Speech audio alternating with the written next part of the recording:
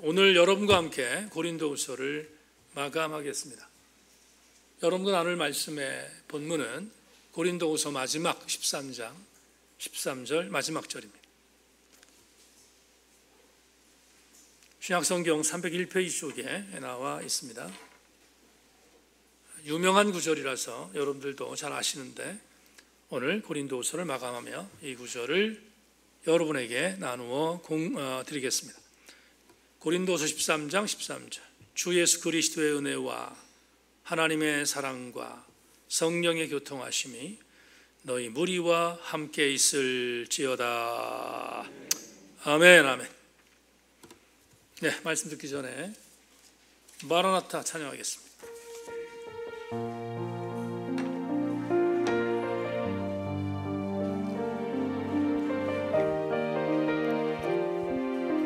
기도하는 마음으로 찬양하겠습니다. 마라나타 주 예수여 어서 오시옵소서. 땅의 모든 끝 모든 족속 주를 찬송하게 하소서. 아멘. 마라나타 마라나타 주 예수여 어서 오시옵소서. 모든 열방이 주께 돌아와 춤추며 경배하게 하소서. 우리 주님 다시 오실 길을 만들자. 십자가를 들고 땅 끝까지 우린 가리라. 우리 주님 하늘 영광 온 땅 덮을 때 우리 땅 끝에서 주를 맞으리. 마라나타 마라나타. 아멘. 주 예수여 오시옵소서. 마라나타 마라나타. 아멘. 주 예수여 오시옵. 우리 주님 다시 오실 길을 우리 주님 다시 오실 길을 만들자. 십자가를 들고 땅 끝까지 우린 가리라. 우리 주님 하늘 영광 온 땅 덮을 때 우리 땅 끝에서 주를 맞으리. 아멘. 마라나타 마라나타. 아멘. 주 예수여 오시옵소서. 마라나타 마라나타. 아멘. 주 예수여 오시옵소서.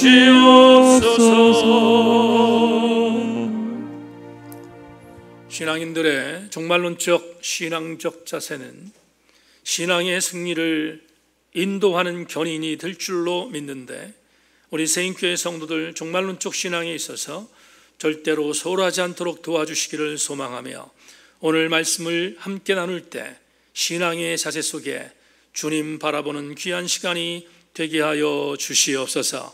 말씀의 은혜가 우리 모두에게 임하는 강력한 시간 될 줄로 믿고, 지난 1년여 동안 고린도후서 강해를 은혜롭게 인도하신 하나님께 감사하며 오늘 유종의 미를 거두는 마지막 시간 되게 하여 주시옵소서. 예수 그리스도의 이름으로 기도하옵나이다. 아멘.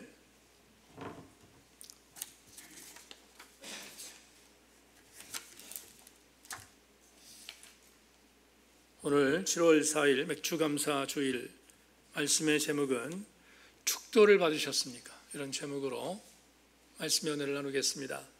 절기의 설교는 아니지만 오늘 고린도서를 마감하는 시간에 은혜가 충만한 시간 되기를 주의 이름으로 소망하고, 주무로 예배드리는 교우들 모두가 하나님의 은혜가 또한 같이 공유되기를 원합니다. 1992년 5월 3일 제가 당시 섬기고 있었던 경상남도 밀양의 대국교회의 주일 예배의 순서가 하나 바뀌었습니다. 5월 3일 이전까지는 제 신분이 전도사였고 5월 3일에는 제 신분이 목사로 바뀌었기에 그동안 섬기던 교회의 주일 낮예배에 폐예 찬양을 드리고 나면 언제나 주님께서 가르치신 기도로 예배를 폐했던 것에 비해 그날은 축도로 예배를 마쳤습니다. 그날 29년 전의 일이지만 첫 번째 축도를 했던 주일을 생생히 기억합니다. 그 주일 교우들을 자리에서 모두 함께 일어나도록 권하고 이렇게 마지막 폐회 기도로 축도를 선언했던 것이 분명히 기억이 납니다. 이제는 우리 주 예수 그리스도의 은혜와 하나님 아버지의 사랑과 성령님의 감동과 교통하심과 면류하심이 대국교회 성도 모두에게 임하기를 주의 이름으로 축원한다고 선포했던 그날 첫 번째 목사 안수를 받은 날의 예배를 잊을 수가 없습니다. 우리나라의 대체적인 복음주의권에 있는 교회는 목사 안수를 받지 않으면 축도를 할 수 없습니다. 모든 거의 대부분의 교단은 안수를 받아야 축도권을 부여받고 축도할 수 있습니다. 그래서 축도권은 대단히 소중한 일이 아닐 수 없습니다. 저 역시 축도를 행할 때마다 오늘 여러분에게 이제 설교하겠지만 바울이 선포한 축도에 대한 의미가 교우들 모두에게 임하는 마음을 갖고 축도하는데 오늘도 역시 바울이 우리에게 선포했던 축도의 의미가 우리 교우 전체들에게 임할 수 있는 복된 시간 되기를 주님의 이름으로 소망합니다. 제가 경기도 파주에서 목회할 때 그 지역은 일사단 지역이었습니다. 마침 그 일사단 지역에 포병 여단으로 발령받아 온 신학교 후배 군목 목사가 있었습니다.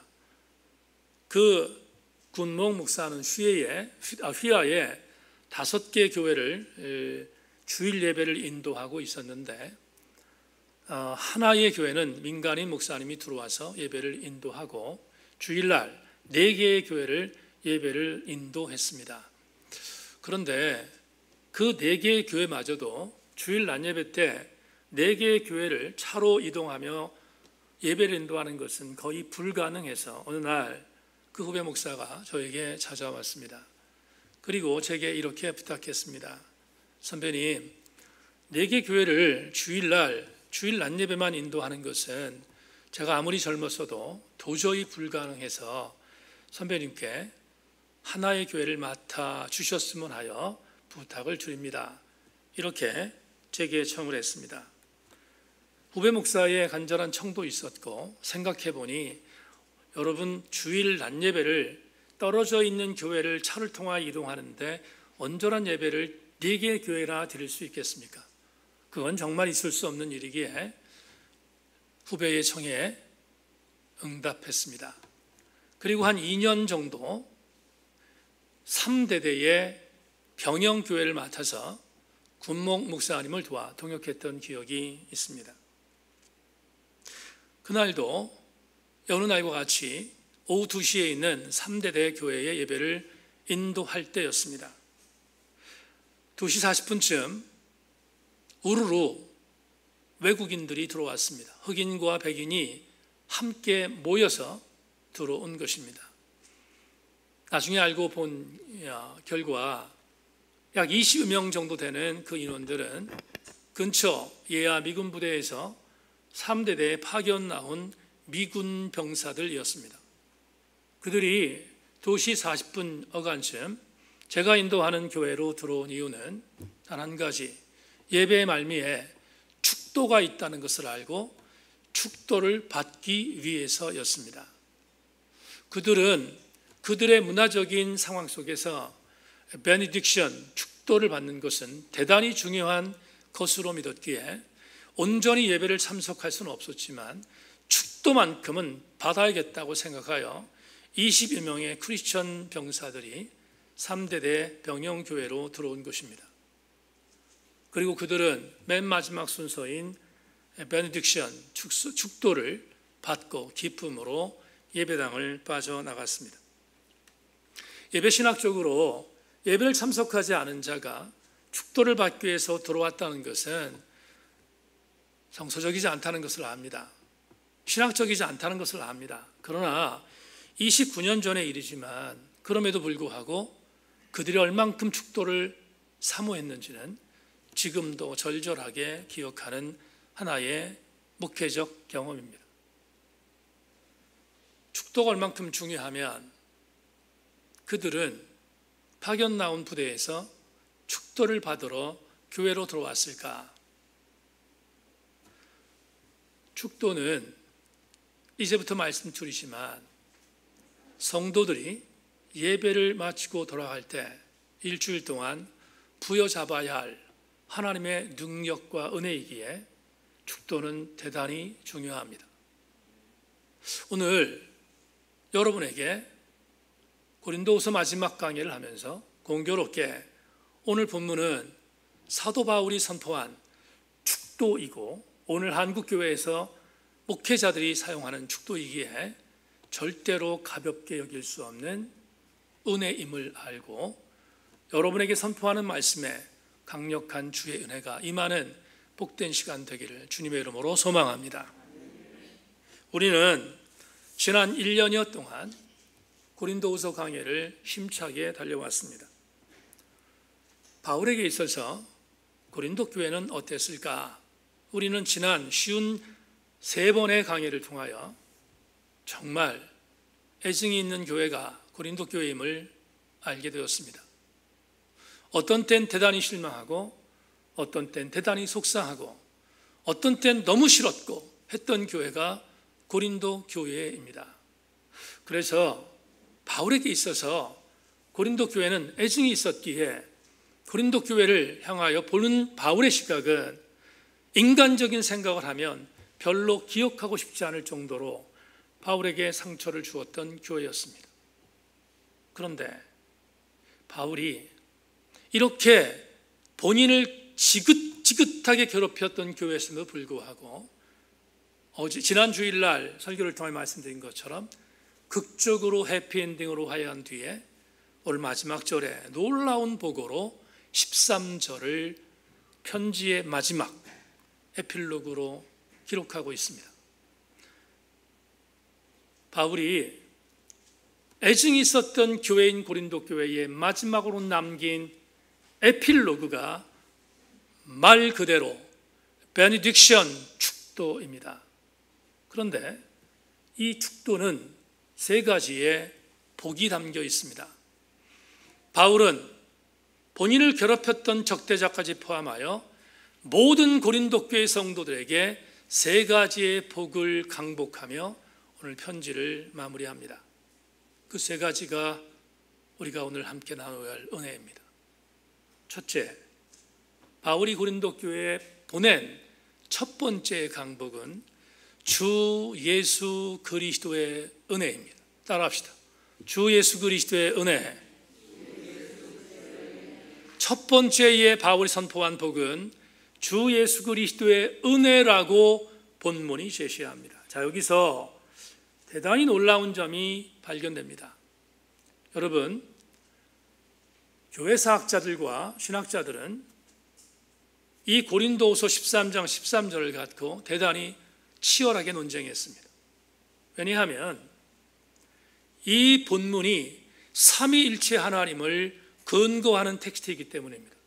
그런데 바울은 삼위일체론을 말할 때 삼위일체에서 가장 먼저 밝혀야 할 대상이 성부 하나님인데 성부 하나님을 1순위에 놓지 않고 성자 예수님을 1순위에 놓았습니다. 오늘 여러분 보시는 것처럼 우리 주 예수 그리스도의 은혜가 먼저 나옵니다. 그래서 많은 신학자들은 사도 바울이 성부를 소홀히 여겼다고 질타했습니다. 적어도 삼위일체론의 첫 번째의 서열은 성부 하나님이어야 하는데 바울은 성자 예수님을 앞에 놓았기에 치열한 논쟁거리였습니다. 그런데 바울이 오늘 왜 성자 예수님을 1순위에 놓았는지는 조금만 더 깊숙이 생각해 보면 엄청난 감동이 있는 교훈이 있기 때문입니다. 뭘까? 바울은 성부 하나님을 1순위도 두지 않고 성자 예수님을 1순위로 축도의 내용으로 선포했습니다. 어네스트 바네트의 주석을 여러분에게 소개하면 이해할 수 있습니다. 그리스도로부터 사람들이 그리스도인이 될 수 있는 은혜가 주어진다. 그들의 노력이나 성취가 그리스도인이 되게 할 수 없다. 이 은혜 뒤에는 구속사역을 시작하시고 끝내실 하나님의 사랑이 자리 잡고 있다. 여러분, 이 구절이 얼마나 엄청난 통찰인지를 지금부터 소개하겠습니다. 우리는 그리스도인입니다. 어떻게 그리스도인이 되었습니까? 예수 그리스도의 은혜 때문입니다. 그리스도의 은혜로 인하여 우리는 구원받고 그리스도인이 되었습니다. 그렇다면 오늘 어네스트 바네트 교수가 말한 것처럼 예수 그리스도의 은혜가 내게 주어진 것을 인정하고 믿는 자에게 역사하는 것은 그 다음이 하나님의 사랑입니다.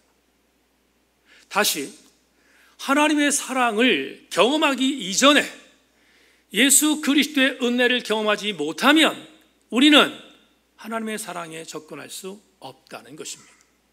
이 말을 이렇게 표현하겠습니다. 하나님의 구속사의 출발점은 예수 그리스도로 인하여 은혜를 받고 난 뒤부터다.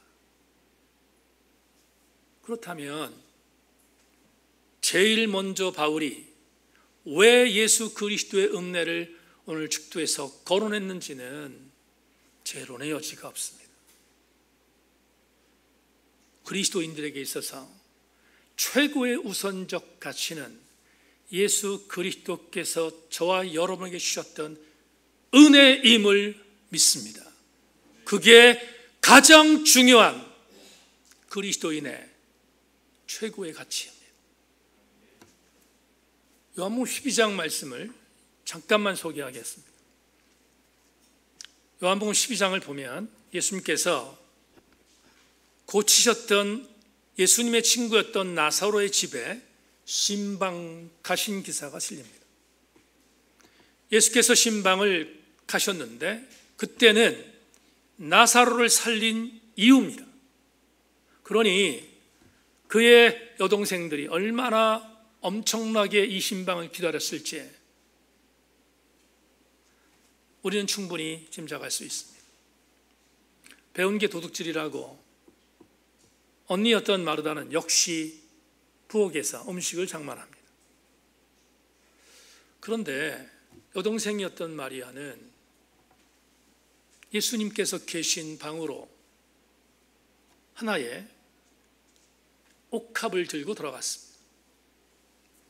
들어가서 그 옥합에 담긴 것을 뚜껑을 열고 예수님의 발에 부었습니다.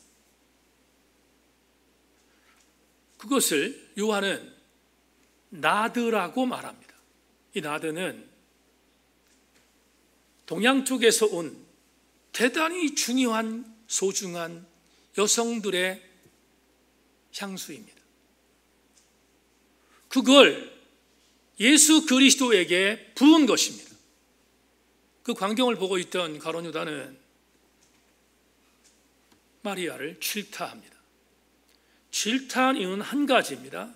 뭐냐 하면 이 가치가 장년이 300일 동안 일해서 얻을 수 있는 가치인 300데나리온인데 이 300데나리온을 한 사람에게 붓는 것은 그건 너무 엄청난 소비라고 생각했기 때문입니다. 그런 뒤에 가룟 유다가 의미 있는 말을 하나 남깁니다. 이렇게 말합니다. 이 300데나리온의 가치의 이 향유를 가난한 자들에게 나누어 주면 더 많은 사람들이 혜택을 볼 수 있었는데 너는 실수했다고 비난합니다. 물론 요한복음 12장을 저술한 요한복음의 저자는 가룟 유다의 저의가 그는 돈깨를 맡은 자였기에 도적질하고 싶은 마음이 컸기 때문이라고 갈파합니다. 그런데 요한복음의 저자의 갈파를 우리가 양보하고 가룟 유다가 말한 것을 우리가 받아들입시다. 말도 안 되는 거지만 100번, 1000번, 10,000번 양보하여 가룟 유다가 말한 가난한 자들을 위하여 이것을 사용했으면 더 유익이 되지 않겠느냐는 이 가치로 오늘 여러분에게 설교를 적용해 보겠습니다. 틀린 말 아닙니다. 맞는 말입니다. 한 명의 혜택을 보는 것보다 300데나리온의 가치를 수 없는 사람이 더 많이 가치를 본다면 훨씬 더 공적 가치에 있어서 유익할 것이 자명하기 때문입니다. 그렇다면 가룟 유다의 지적은 틀린 말이 아닐 것입니다. 그런데 바로 이 점에서 질문을 던져야 합니다. 여러분, 300데나리온의 가치로 가난한 자를 돕는 일, 그건 교회만 하는 일이 아닙니다. 불교도 하고요, 여타 다른 종교도 합니다. 심지어 국가는 이런 모든 일들을 더 합리적으로 합니다. 얼마 있으면 개인에게 25만 원씩 들어온다는 얘기를 듣는데 일부 예배 때 여러분 국가에서 25만 원을 줍니다. 그랬더니 한 명도 아멘을 안 해서 왜 안 했나 좀 생각했는데, 여하튼 국가에서 어려움을 당할 때 세금으로 국민들에게 돕잖아요. 그 얼마나 여러분 공적 가치가 뛰어난 일입니까? 그렇잖아요. 근데 그게 국가에서 하고 그리고 여타 종교에서 합니다. 똑같이 이타적 사역을 합니다. 근데 우리 교회도 합니다. 무엇을 질문하려고 하냐면, 우리 교회가 가난한 자를 돕는 사역을 포기하지 않는 이유는 다른 종교가 하니까 합니까? 아니면 캐톨릭처럼 행위로 말미암아 구원받는다는 부분에 있어서의 메시지가 강하니까 행위를 행하기 위하여 우리는 가난한 자를 돕습니까? 그렇습니까? 여러분, 마태복음 25장의 한 성경 구절을 여러분들에게 소개하겠습니다. 마태복음 25장 35절로 40절 빠르게 제가 읽겠습니다. 내가 줄일 때 너희가 먹을 것을 주었고, 목마를 때 마시게 하였고, 나그네 되었을 때 영접하였고, 헐벗었을 때 옷을 입혔고, 병들었을 때 돌보았고, 옥에 갇혔을 때 와서 보았느니라. 이에 의인들이 대답하여 이르되 주여, 우리가 어느 때에 주께서 주신 것을 보고 음식을 대접하였으며 목마르신 것을 보고 마시게 하였나이까? 어느 때에 나그네 되신 것을 보고 영접하였으며 헐벗은 것을 보고 옷 입혔나이까? 어느 때에 병드신 것이나 옥에 갇힌 것을 보고 가서 배웠나이까? 하리니 임금이 대답하여 이르시되 내가 진실로 너희에게 이르노니 너희가 여기 내 형제 중 지극히 작은 자 하나에게 한 것이 곧 내게 한 것이니라. 예수께서 비유로 말씀하셨어요. 마태복음 25장은 종말장을 지난 뒤에 적어도 예수 그리스도의 사람은 이렇게 한다라고 말씀하신 교훈이거든요. 근데 주께서 이 비유를 하신 말씀이 뭡니까? 헐벗은 자에게 먹을 걸 주고, 벗은 자에게 입을 걸 주고, 눌린 자를 자유케 하고 등등 이런 여러 가지 일들을 행하는 모든 사역, 이 사역은 곧 나 예수께 한 거고 하나님께 한 것이다. 그러므로 이 일을 행하는 것은 교회 역할이며 우리 그리스도인들이 할 일이라는 것을 분명히 적시하는 것이 마태복음 25장입니다. 그러니까 우리는 이 일을 감당해야 합니다. 여러분, 우리 교회는 이 일을 절대로 포기하면 안 돼요. 이타적 사역을 감당하는 것은 포기할 일이 아니에요. 반드시 해야 할 일이지. 그런데 짚고 넘어갈 것이 있습니다. 구원받기 위해서 행합니까? 행함으로 말미암아 구원받는 그 구원의 역사를 위하여 우리가 가난한 자를 돕습니까? 아니면 그래야 교회가 위상이 높아지니까 그래서 우리가 돕습니까? 그렇지 않습니다. 분명히 선포합니다. 사랑하는 여러분, 우리가 공적 가치를 위하여 우리보다 못한 이웃을 돕고 우리보다 나약한 자를 돕는 이유는 왜 그렇게 하는가? 예수께서 나를 위하여 먼저 당신이 몸버려 죽으신 은혜를 주셨기 때문입니다. 쉬운 말로 바꾸겠습니다. 내게 은혜가 임했기 때문입니다. 예수 그리스도의 은혜가 내게 임했기 때문에 예수 그리스도의 은혜를 받은 내가 그 은혜를 전하는 것은 마땅하지 않습니다. 오늘 예수 그리스도의 은혜보다 귀한 가치는 없습니다. 예수 그리스도의 은혜라는 가치보다 1순위에 올라갈 수 있는 것은 1도 존재하지 않습니다. 사랑하는 세인교회 성도 여러분, 명심하십시다. 여러분에게 가장 중요한 영적 가치는 예수 그리스도께서 주신 은혜입니다. 그 은혜를 망각해서는 안 됩니다. 지난주 셀 신방을 마쳤습니다. 셀 신방을 마쳤는데 남성 셀까지 다 포함하여 2번에 걸쳐서 같은 본문을 갖고 증거했던 메시지가 있습니다. 마태복음 14장의 말씀인데 여러분 잘 아시는 오병이어의 기적을 텍스트로 정하고 지체들에게 전했습니다. 그때 제가 셀 지체들에게 그 메시지를 갖고 전할 때 이렇게 전했습니다. 여러분, 벳세다의 광야의 빈들에 저녁 이막되는 오후 무렵이었는데 예수께서 모여있는 2만 명, 그 2만 명에게 먹을 걸 주라고 했습니다.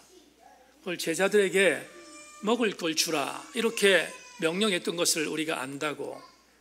그러면서 제가 셀 지체들에게 이렇게 말했습니다.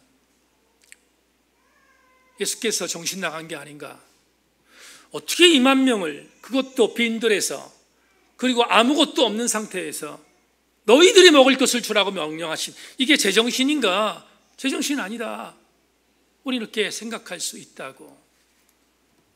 아니나 다를까 빌립이, 머리 피상한 빌립이 예수님께 훈수 하나 뒀습니다. 예수님께 이렇게 훈수를 둡니다. 예수님, 정신 차리세요. 여기 있는 2만 명을 먹이려면 200데나리온이 있어야 돼요. 정신 차리세요. 다 집으로 보내고 밥 먹고 다시 오라고 하십시다. 빌립의 말이 틀리지 않았어요. 정확합니다. 산술적으로 정확한 계산입니다. 그날 신방하면서 지체들에게 이렇게 말했습니다. 예수님 바보가 아니다. 예수님 바보인가?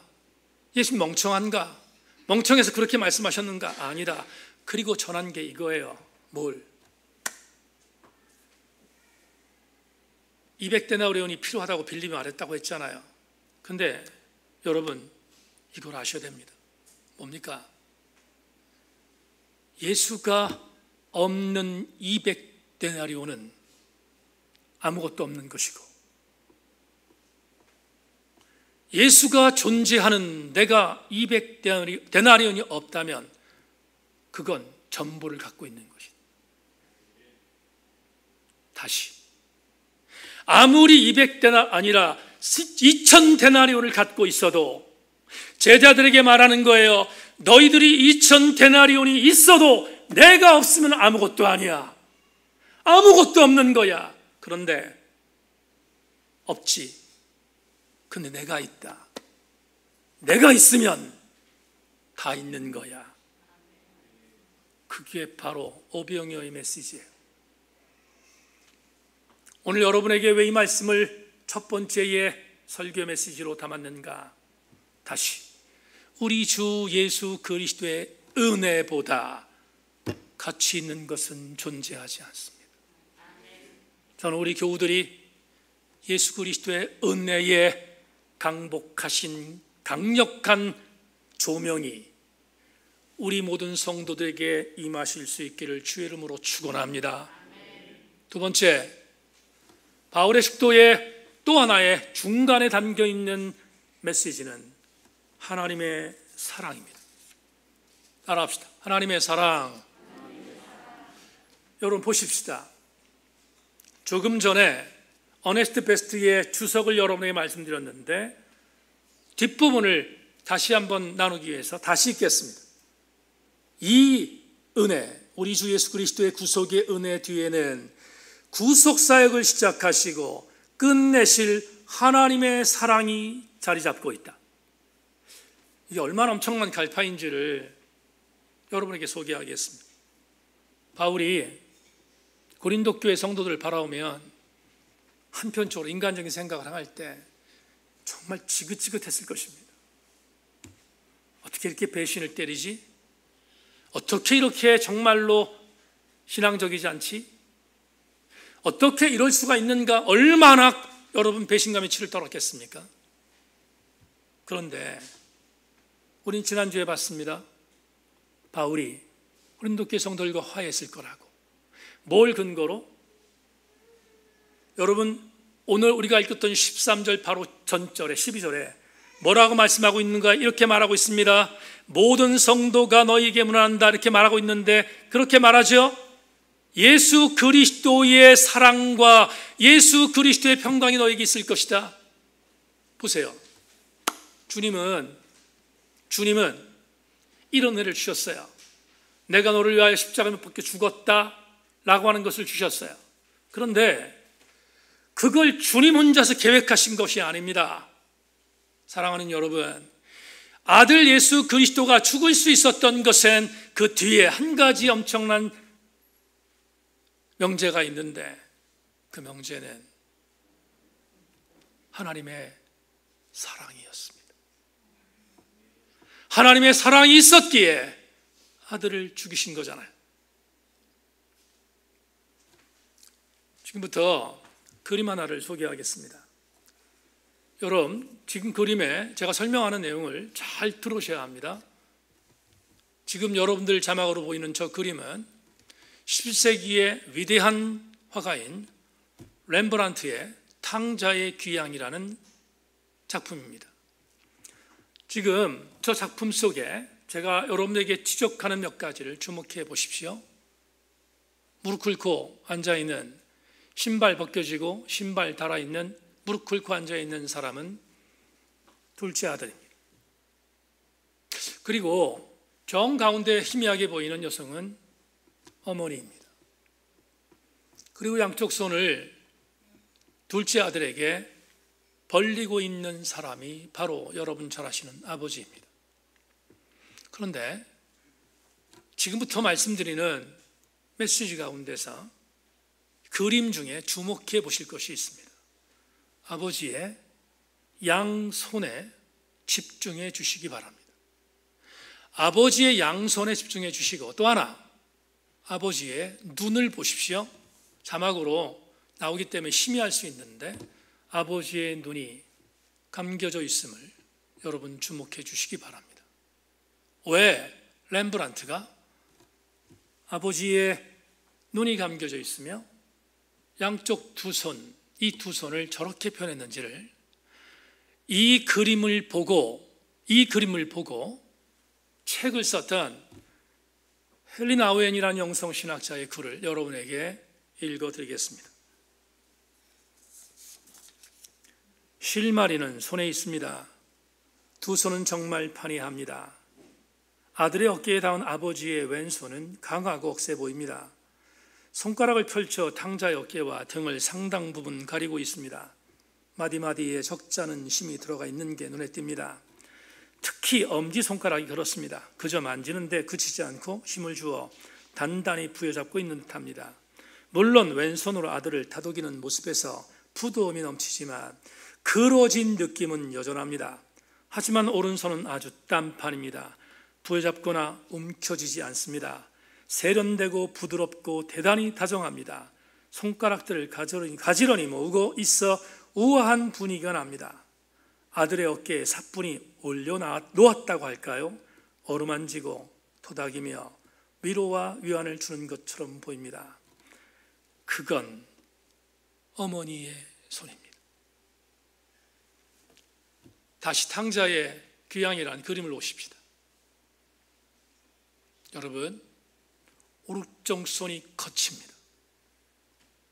오른쪽 손의 손등을 보면 마디가 굵습니다. 왼쪽 손은 아름답습니다. 렘브란트는 알았습니다. 돌아온 탕자를 안아준 아버지의 사랑은 한편으로는 엄한 사랑이었지만 한편으로는 어머니의 따뜻한 사랑인 것을. 또 하나, 눈을 보십시오. 눈이 감겨져 있습니다. 렘브란트는 탕자의 귀향이란 이 작품뿐 아니라 그가 그렸던 일체의 성화에 나오는 아버지는 눈이 감겨 있습니다. 왜 감겨 있을까? 간단합니다. 용서하시는 아버지의 사랑 때문입니다. 우리는 누가복음 15장 20절을 너무나 잘 압니다. 눈을 보면서 누가복음 15장 20절을 상상하십시오. 이에 일어나서 아버지께로 돌아가니라. 아직도 거리가 먼데 아버지가 그를 보고 측은히 여겨 달려가 목을 안고 입을 맞추니. 아직도 거리가 먼데 아버지가 그를 보고 측은히 여겼다. 이 구절을 영어 성경으로 보겠습니다. 영어 성경을 제가 직역하겠습니다. 그러나 아직도 그는 거리가 먼 곳에 떨어져 있었습니다. 그런데 그의 아버지는 그를 보았습니다. 여러분, so라는 단어는 C라는 영어 단어의 과거예요. 보기 위하여 간 게 아니라 이미 보았다는 것입니다. 그런 뒤에 이렇게 말합니다. 그를 본 순간 was filled with compassion for him. 그의 얼굴을, 그의 모습을 보자마자 아버지는 그에게, 우리나라 성경에 측은히 여겼다는 저 filled with compassion이라는 단어를 우리말로 번역하면 그가 갖고 있는 모든 감정을 아버지도 동일하게 느꼈다. 그래서 compassion이라는 단어를 공감이라는 empathy로 해석하는 학자도 있습니다. 그렇다면 눈이 먼 것처럼 그렇게 시력에 대한 노안으로 인하여 잘 보지 못하는 아버지가 아직도 거리가 멀리 있는 아들을 보았는데 그가 갖고 있었던 아픔을 컴패션 함께 나누었고 측은히 여길 수 있었다는 것은 그가 눈으로 보았기 때문입니까? 그렇지 않습니다. 눈으로 보았기 때문에 느낀 것이 아니라 아버지는 이미 그 아들을 용서한 사랑으로 보았기 때문이다, 이 말이에요. 사랑으로 보았던 아버지, 그는 아들을 용서할 수 있었던 것입니다. 적용합니다. 생케이치 여러분, 둘째 아들을 보았던 아버지의 그 봄은 오늘 저와 여러분을 보고 계신 아버지 하나님의 사랑의 봄임을 가슴에 담기를 소망합니다. 마지막 세 번째, 바울의 축도에 담긴 세 번째의 은혜는 성령의 교통하심입니다. 크로스의 성경 공부를 공부하는 지체들과 소그룹에서 공부한 지체들에게 수없이 말씀드렸던 공부의 내용이 있었습니다. 성부 하나님은 구원을 계획하셨습니다.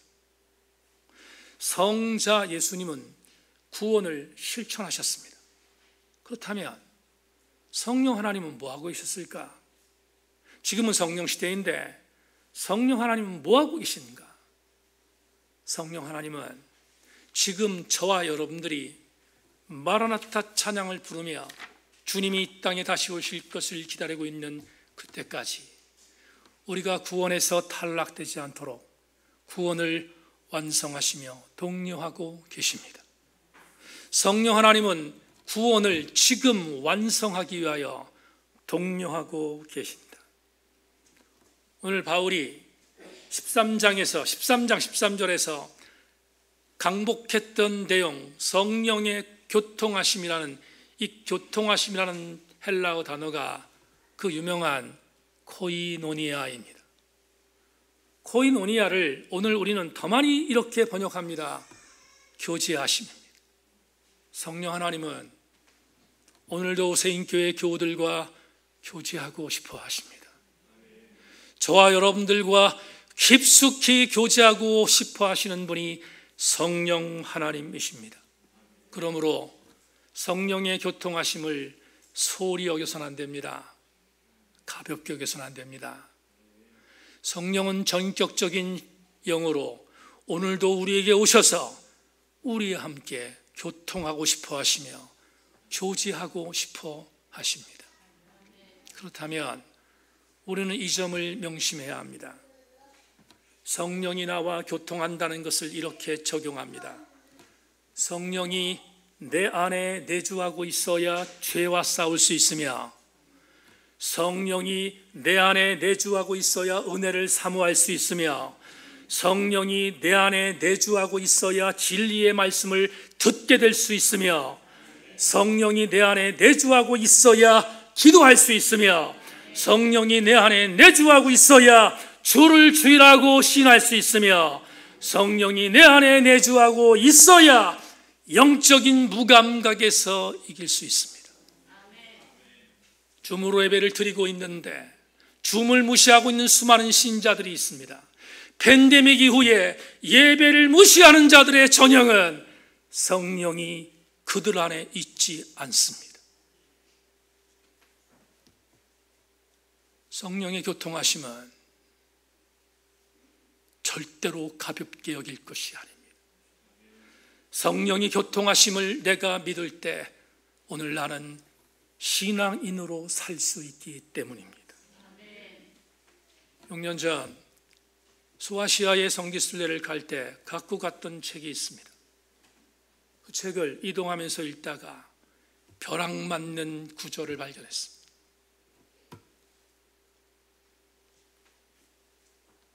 성령께서 어떤 존재인가를 20세기의 선자라고 하는 아이든 토저는 이렇게 갈파합니다.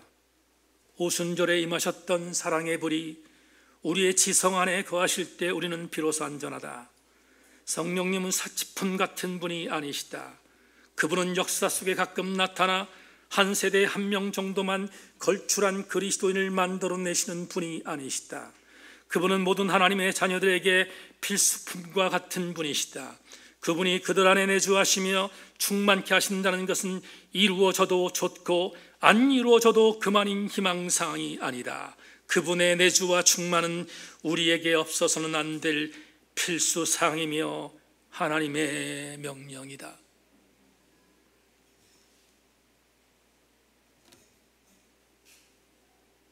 제가 외부로 나가면 저를 알고 있는 지인들이, 저의 동기 목사들이, 선후배 목사들이 이구동성으로 저에게 이렇게 말합니다. 이 목사, 제천세인교회 가기가 두렵다. 제천세인교회에서 설교하면 무시무시할 것 같다. 제천세인교회 가면 성도들이 모두 다 지성적인 사람들이라 무시무시하다. 그리고 이렇게 말하는 적도 있습니다. 이 목사가 얼만큼 지성적으로 가르치고 있는지 알기 때문에 참 교우들 모두가 지성적 신자라고 믿는다. 이렇게 말할 때가 있습니다. 그런데 그 얘기를 들을 때 좋은 게 아니라 두렵습니다. 무섭습니다. 왜 그런지 아십니까? 아이든 토조의 말 때문입니다. 우리의 지성에 성령이 안주하지 않으시면 아무것도 아닙니다. 차라리 성령께서 내 지성에 안주하지 않을 때 통곡해야. 저는 우리 교회의 성도들이 지성을 무시하는 천박한 그리스도인이 되지 않도록 만들기 위하여 지성적인 말씀을 증거한 적이 많습니다. 착각하면 안 됩니다. 지성적 말씀이 나를 변화시킬 것이라고. 그럴 리 없습니다. 나를 변화시키는 것은 지성적인 영성이 내 안에 강력하게 임재하도록 내 안에 성령이 역사하실 때 가능한 것을 명심하고, 우리는 성령의 교통하심에 조금도 소홀함이 없는 세인교회 성도들 다 되기를 주님의 이름으로 축원합니다. 말씀 맺겠습니다. 지난 1년 3개월 동안 달려왔던 고린도후서의 대장정을 마감하겠습니다. 지난 1년 3개월 동안 달려왔던 고린도후서 강해를 마치자니 회한도 있고 감사도 있고 아쉬움도 있습니다. 그런데 마감하면서 저도 바울의 심정으로 고린도 교회에 바울이 강복하며 축도했던 그 심정으로 고린도서를 마감하며 여러분들에게 축도하며 설교를 마감하려고 합니다. 지금부터 저는 여러분들을 위하여 두 가지의 축복의 기도를 드릴 것입니다. 하나는 구약 성경의 축도라고 하는 아론의 축도이며, 또 하나는 오늘 여러분과 나눈 바울의 축도입니다. 사랑하는 세인교회 교우 여러분, 머리를 숙이십시다. 그리고 담임 목사가 선포하는 축도가 끝나면 아멘으로 화답하여 여러분에게 그 축도의 복이 임하기를 주의 이름으로 소망합니다. 기도하겠습니다. 첫 번째 아론의 축도로 여러분들을 축복합니다. 예바레카 아도나이 베슈메레카, 여호와께서 내게 복을 주시고 너를 지키시기를 원하며, 야예루 아도나이 파나이부 엘라이카 비우네카, 여호와께서 자신의 얼굴로 내게 빛을 비추사 내게 은혜 베푸시기를 원하며, 이시아도나이 판나이부 엘레이카 베아시엠레하 샬롬, 여호와께서 자신의 얼굴을 내게로 향하사 드사 평강을 주시기를 원하노라. 이제는 바울의 기도로 여러분을 축복합니다. 헤카리스투 큐리온 이에스 크리스투, 주 예수 그리스도의 은혜와 카이 아가페투 데우, 하나님의 사랑과 카이헤 코니아투 하기온 푸누마토스 성령의 교통하심이 메타판토님은 너희 무리와 함께 있을지어다. 우리 모든 교우들에게 이 강력한 주의 축도가 여러분의 삶 현장에서 나타나기를 주님의 이름으로 축원합니다. 기도하겠습니다.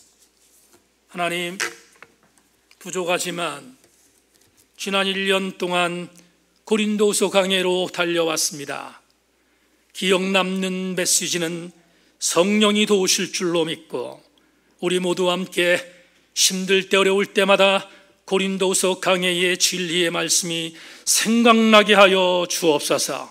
하나님의 은혜와 예수 그리스도의 놀라운 은혜와 성령님의 은혜는 동일하게 임하게 하시고 우리 모두 함께 승리할 수 있도록 역사하여 주시옵소서. 감사드리며 예수 그리스도의 이름으로 기도하옵나이다. 아멘.